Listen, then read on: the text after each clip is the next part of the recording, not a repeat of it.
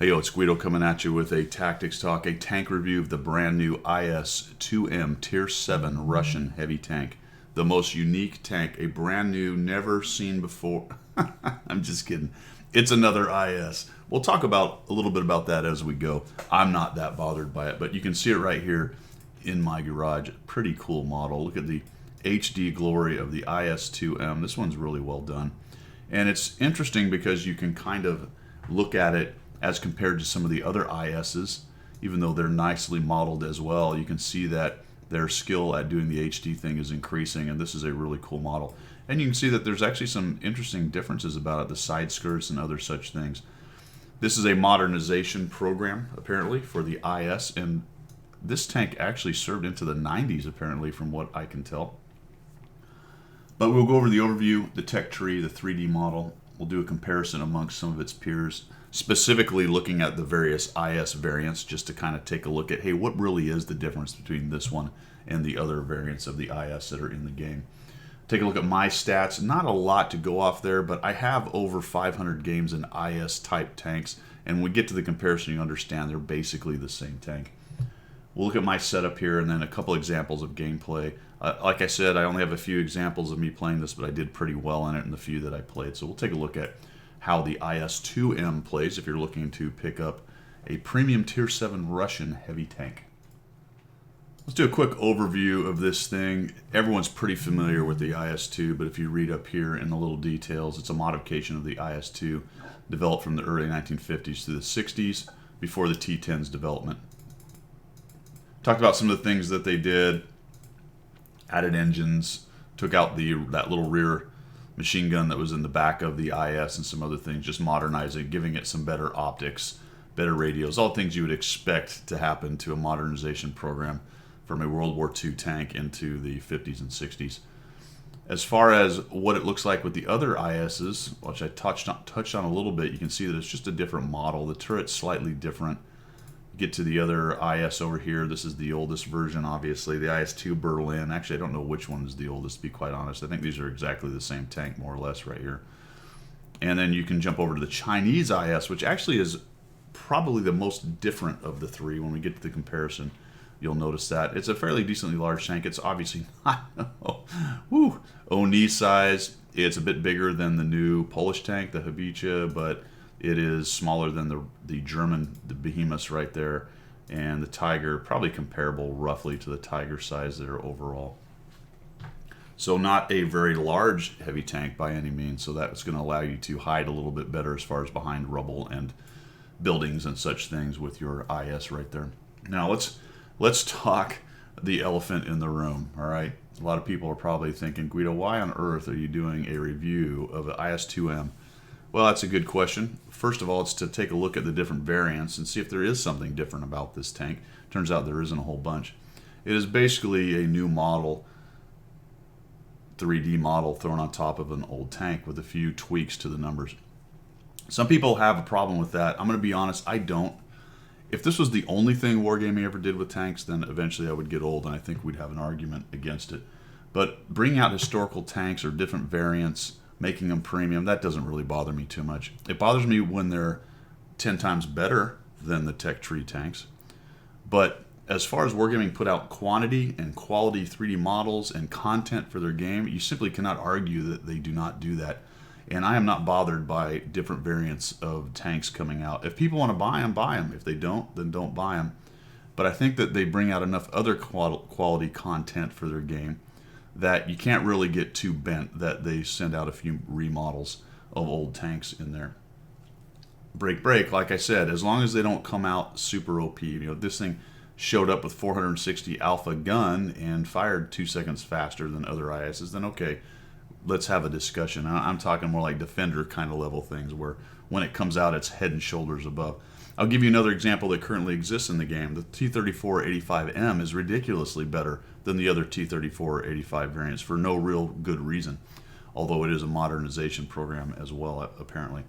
So those are the things we got to watch out for, rather than get bent about a relatively good but the same basic model as the rest of the IS is just another cool example of a skin essentially on the outside of it. Kind of historical because they actually did this tank They did modernize it. This is what it was when they started improving their ISs in the 50s and 60s. So I don't think I'm in the minority here either. So I really don't care. I mean, good on them.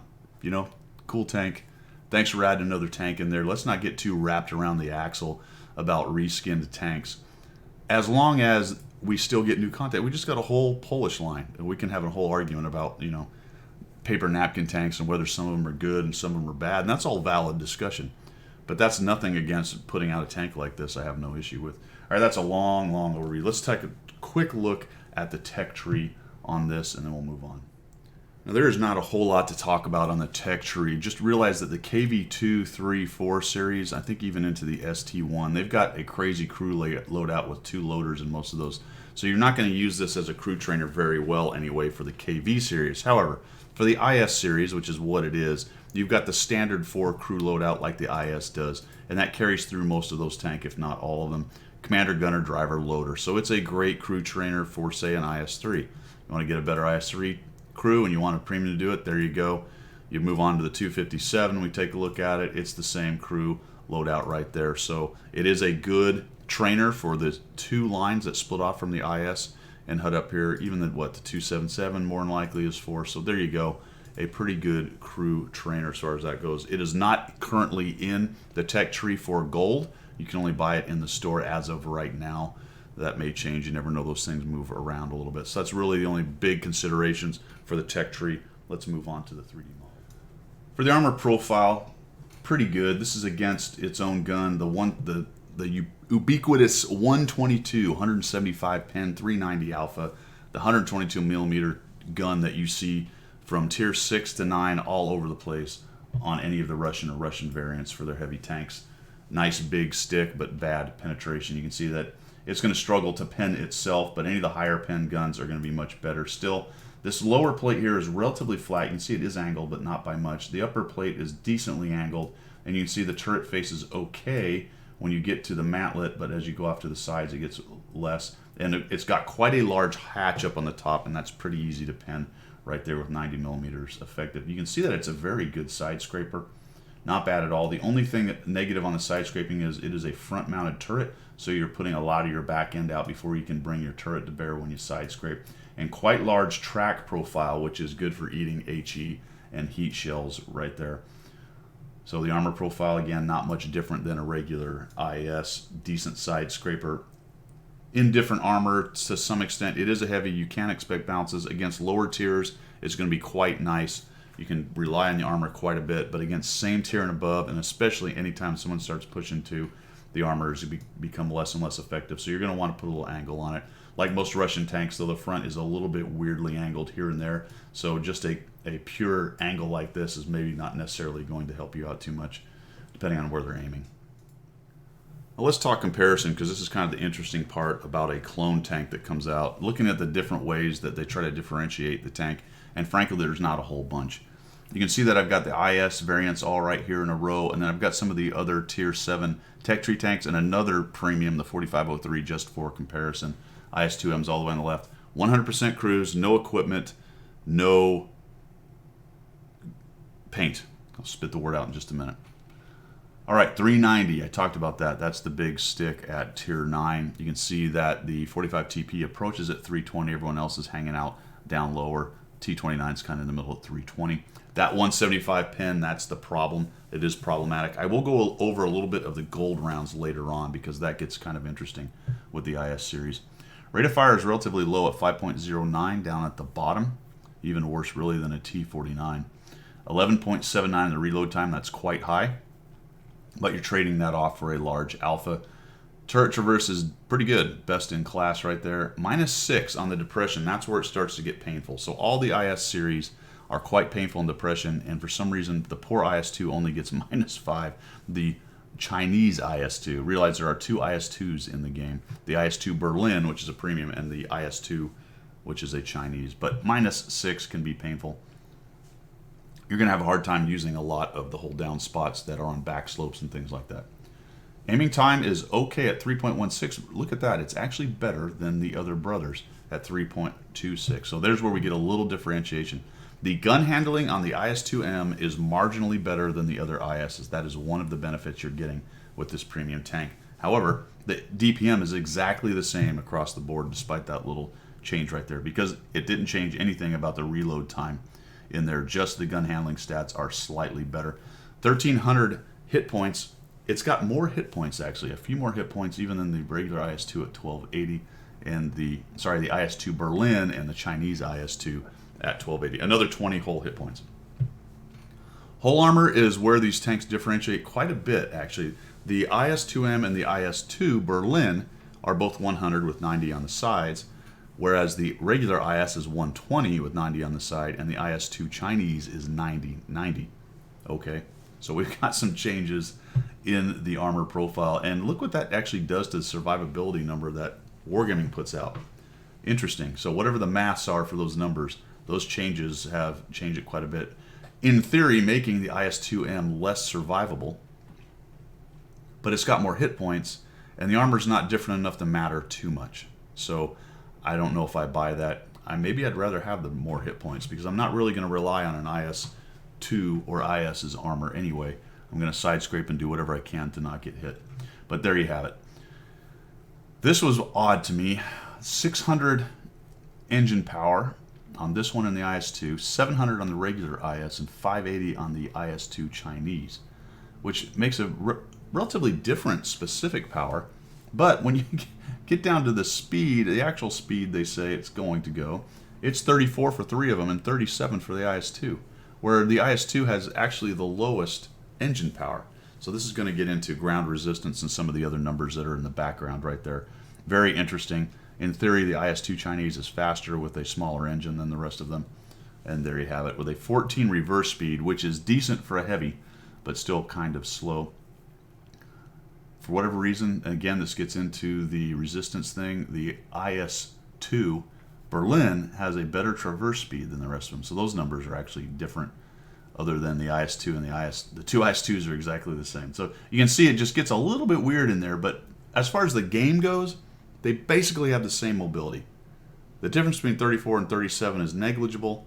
There may be a little bit more acceleration in the guys with the higher specific power to get out of dodge, but this thing never gets out of dodge anyway, even when it has more specific power. So it's very interesting right there. Concealment is exactly the same, except for the poor Chinese are worse at hiding for some reason. And the view range is all at 350, and you've got the signal range all over the place, depending on the national equipment that's put in there. And signal ranges are saturated at tier 7, so it barely even matters and probably doesn't at all. What's the upshot of all that? It is an IS, right? It's an IS. A couple things have changed. Of all the things about this that I like that were changed, is it's nice to get a little bit better gun performance out of an IS, because it is quite a derpy gun. I don't know if that small of a change matters too much. Going from 3.26 aiming to 3.16 and having a dispersion of 0.43 over 0.44. I mean, there it is on paper. It's better. I don't know how exactly that translates too much into the game, but still, a little bit better gun. And because it was a modernization program, that kind of follows that they got a little better at manufacturing and the firing solution and the firing computer and everything else. Anyway, there you go. Basically the same as an IS. As far as my stats go, you can see I'm rocking it at a 60% win rate, 997 average XP. 5 games. All right, I have 500 games in the various IS series, and I've done pretty well in them. 60% is about right, to be quite honest. Somewhere around 1,000 experience is about right. I've cost 1433 with it, with a 64% hit rate. So there's that gun handling that is not great. If I look at my regular IS numbers where I've got 173, we're talking about a 74% hit rate. So with a little bit more careful consideration, I can probably get that IS-2M up to the same place. And it's got slightly better gun handling. So more than likely that 60% will come up. So if we look at this, and again, 3 games, a destruction ratio of 2, armor use at 0.49. The IS is sitting at armor use of 0.33. So that 0.49 will probably come down a little bit. Some of those games were top tier. And that kind of proves that as a heavy, its armor doesn't really hold up too well. 357 is going to hurt it, so somewhere around 30.33 or 0.40 is really where you're going to be with the IS-2 more than likely. IS-2M. get back to that. So you can see that the numbers all check pretty much with the rest of them. Let's go down to the Chinese one where I did actually quite good, the IS-2 Chinese. 70%, 1,000 experience, and I'm dropping 1687 with the damage. For some reason, the IS-2 clicked. It is the more recent tank that I've played over the others. The IS was one of the early lines I ground, but even so, I did pretty well in it for an early player. And then when I got to the IS-2 Chinese, which again was quite a long time ago, but much more recent than the IS, you can see that I did much better in this tank. So it is actually quite a very good tank, the IS series in there, and my numbers pretty much show that you're going to have a pretty good time. The IS-2 Berlin, I've only managed 50%, but fairly indifferently played it at .28. The numbers are pretty close, though. 941 for the IS-2 on the experience, 997, 1640. I'm actually doing more damage with the IS than the IS-M, but again, low sample size on both those. But they check pretty solidly with my capability in a Tier 7 tank. Let's move on to my setup. There's not much to mention on the setup here. You can see that there's no modules. It's a premium tank. I'm running a rammer, I'm running improved vents, and I've got the gun laying drive. I think that's your best bet right there. I've got 8 APCR, and I've got a small, and large fire extinguisher. You could run food. As I usually say, it's not a German tank. It doesn't light on fire. At least the Russian tanks don't light on fire too much, so you could run food. That would definitely help with the gun derpiness, as would having Brother in Arms. You can see that this is a new crew, and I'm just starting on the Brothers in Arms. So with vents, with food, and Brothers in Arms, you can probably improve that gun handling quite a bit to get it a little bit more comfortable. Now let's talk about some of the various pins. I said we'd mention this as far as the gold round goes. For the 2M, you're looking at 175 and 217. For the IS-2 Berlin, you're looking at 175 and 217. When you get over to the Chinese tank, you're looking at 175 and 250, but it's carrying heat.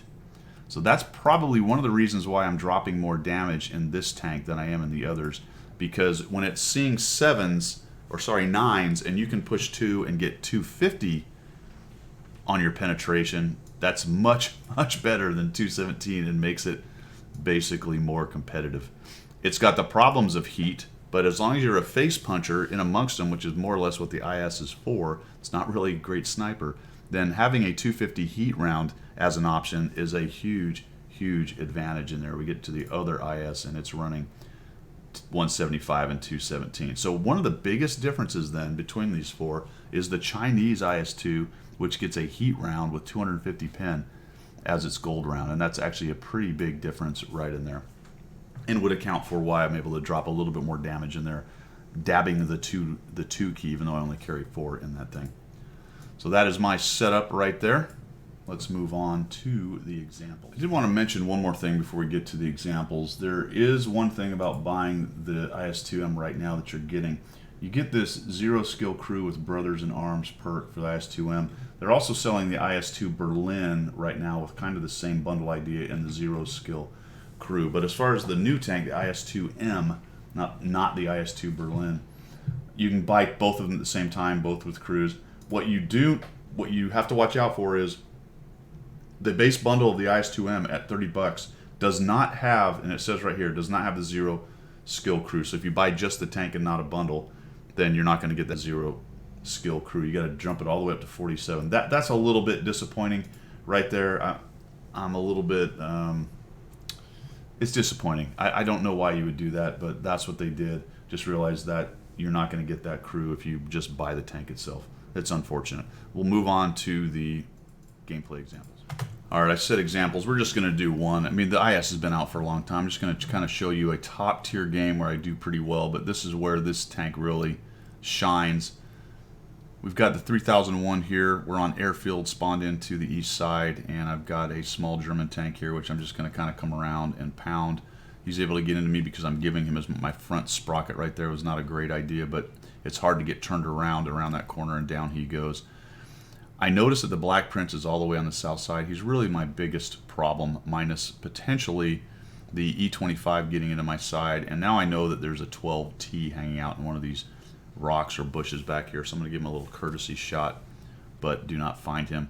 There are 2 M44s I'm trying to avoid getting hit by. You can see up above and behind me, those guys are getting hit plenty by them, attempting to take them on. But I know that with the Black Prince down there and the Su-100 and some other tanks, that we should have a bit of an advantage over here, depending on what they've got. And I feel like I can get around here and maybe and maybe start to push down this area. The longer the 43 and the 1S sit there, the more artillery hits are going to take. So if I sit around here too long, it's really not going to go well. So I'll go ahead and push in, and I'll start using that big bully action. There's the armor working out for the KV-1. Come around behind, fairly close to the Leo, light them on fire, and now I'm trying to cover up from the 12T so I don't get hit in the side and put my front armor to these guys. The Leo misses. The Panzer 25T is unaware. I'll ammo rack him, and down he goes for 483. And now I've got to figure out how to get rid of this Leo. I know I've got the 12T here as well. There he is. He's hitting me. And the Leo's making a run. See if I can take him out there. Down he goes. I've got a KV-1 who's bounced me several times now, or at least missed in that case and bounced earlier. Trying to find him, get a shot. And what I don't want to walk out and let that 12T get a bunch of shots into me. Now I've got the M4. Unfortunately, that misses or hits some vehicle in the front, which eats the shot. M4's coming around again. There's that artillery. So I don't have a lot of time to sit here and get hammered by the artillery. I'm definitely a little bit out in the open. This spot should normally be a quick death, but based on the fact that their best tank, the Black Prince, and a couple other tanks that are good and armored are down in the south, sort of sitting in the back, there's really nothing over here that can stop me from getting into this spot. So moving forward in this case was a good idea. Right now I'm just trying to figure out if I can either find that 12T and kill him, or somehow take that M4 out so I can start working around here. There he is. I can see him, but I just can't quite get a shot on him. You can see how long it takes to zoom in, and that it's got a fairly large aiming circle early on. Just really hoping he backs out and does something silly. There he goes. Get a piece of him, back up, light him on fire. He's got an automatic fire extinguisher or very fast fingers. I'm not able to take him down, but I have knocked him down to splashable by the artillery. I'm really hoping then they can drop one in and get rid of him. And we're kind of starting to lose. I really need to get something going on here. KV-1 pushes up, put a shot right into his side, drop 395 on him, and I'm just going to go ahead and trust the armor that this guy isn't going to be able to do much to me here. There's a bounce. Back off, get down low, take him down. M44 puts 192 on me. Got the M4 moving there, and I've got an E25 on my side, so I don't want to drive down into him right now. He tracks me, keeps me out in the open. He can eventually machine gun me down with the artillery helping him, and there I get hit again. So that's exactly why I didn't go in there. If I push in, get tracked, E25'd, M40 forward, and then the M4 comes back around the corner, then I don't last too long, even in a relatively heavily armored tank for this tier. Go up to the middle. Let's see if we can start to help the guys down in the south. Unfortunately, I end up getting spotted here pretty quickly. I'm not exactly sure why. Oh, now I know the E25 drove up the ramp, try to get a shot. There's that dispersion, kind of a pain. And now I'm expecting to get artied at any moment. There we go, there it is. There's that stun. Look how massive the dispersion is when you're stunned like that. I just let it zoom in, pop one in there, get a good RNG roll, and down goes the M4 A3 E2. So like all the IS series, top tier, you can heavy tank pretty well. Good hit point pool, decent armor, especially at tier like this where you're top tier. A lot of those tanks are going to struggle to pin you. A little bit of movement, a little bit of angle, they're going to have a hard time all day. I feel like I might have wanted to go right there after I did this and committed. I thought, man, that E25 is so fast. He is still dangerous. I have some friends. I got plenty of friends and eyeballs around, so we should have a fairly easy time tracking this guy down. The trick is just finding him, and he just buggers off. I was a little bit surprised, but I think he actually runs off to the back corner here.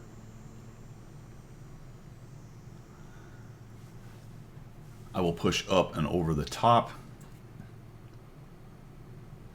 taking a bit of a risk. If somebody's up there on their cap in one of those bushes and spots me, I could pretty quickly start getting hammered by artillery. And with two M44s firing at you, they can almost perma-track you. Fortunately, I've regenerated my repair kit, which is part of the calculus of moving up here. Notice, see how it doesn't turn very sharp? It's a standard heavy tank. Downhill, I'm doing a whole 40, 30, 39 or so. So it is a tank that will go a little faster than its top speed. It's not speed governed on the downhill slope. And all of a sudden the E-75 shows up behind me. I'll put one in, I'll go ahead and hide behind this rock, and I'm expecting to get artied. Wait till I'm reloaded. E-25 makes a run for it. It was a wise move on his part. He didn't really have any options. Down he goes. And there's that artillery hammering on me now. Stunned and a relatively unmaneuverable tank. Very difficult to get through water. So we get spun around there. My gun is damaged, unfortunately. We'll speed this thing up. Now I'm trying to get to that 6th kill so I can get a top gun, but all the campers are now pushing in because the game is won, which is what campers do. Yep, AT-25 gets a kill. I'm about to load in on this guy and see if I can get my top gun. I get hit by Artie again, and I miss. Oh, I just won't reload in time. I don't get a kill on either one of these guys. Ends up with 3,187, 5 kills, an ace mastery in the IS-2M. And it's an IS, folks. It fights like an IS. The description on the webpage says it's more maneuverable. That's marginal. Very marginal. It would be hard to tell, really. Maybe over 1,000 games you might notice the maneuverability being a little bit better for it, but it's basically the same tank, a reskinned IS. As I discussed earlier, I'm not bothered by that. I like the tank. Alright, that is it for the review of the IS-2M. Yes, folks, it is an IS. Okay, it's a reskinned IS. I don't have any problem with that. Imagine you're a new player. Maybe you're a new player watching me right now. Watching this video. You got choices. You can get a Berlin, you can get an IS-2M, you can get both if you want. You can go through the tech tree, you can get yourself an IS or a Chinese IS-2. Really, at the end of the day, it's basically the same tank, but you got a choice. And it actually is a pretty cool model, as I've noted before. So, you're not getting anything especially better, and you're not getting anything especially worse than a regular IS, other than it's a premium tank with all the requisite premium tank things as far as getting credits and training crews. Alright guys, that is it for the review of the IS-2M. Appreciate you tuning in. Keep on supporting the channel, and we will see you.